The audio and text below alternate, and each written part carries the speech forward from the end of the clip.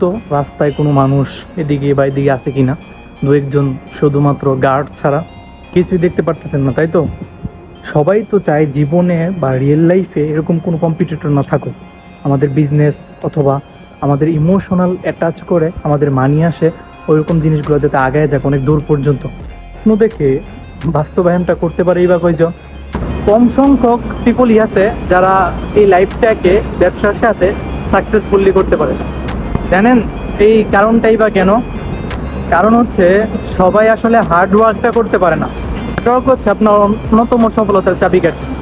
এই যে এখন রাত কয়টা বাজে জানেন? প্রায় 3টার উপরে।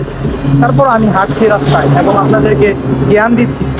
জ্ঞানটা এটা ফ্রিতে দিচ্ছি না, এটা মাত্র কাজ করে আসা জ্ঞান এবং হার্ডওয়ার্কের একটা প্রতিচ্ছবি যেটা এখন করতেছি।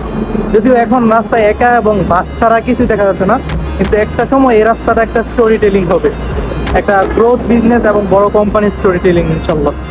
তাই মেহনতকে কখনো ছোট ভাবে দেখবেন না। আসসালামু আলাইকুম।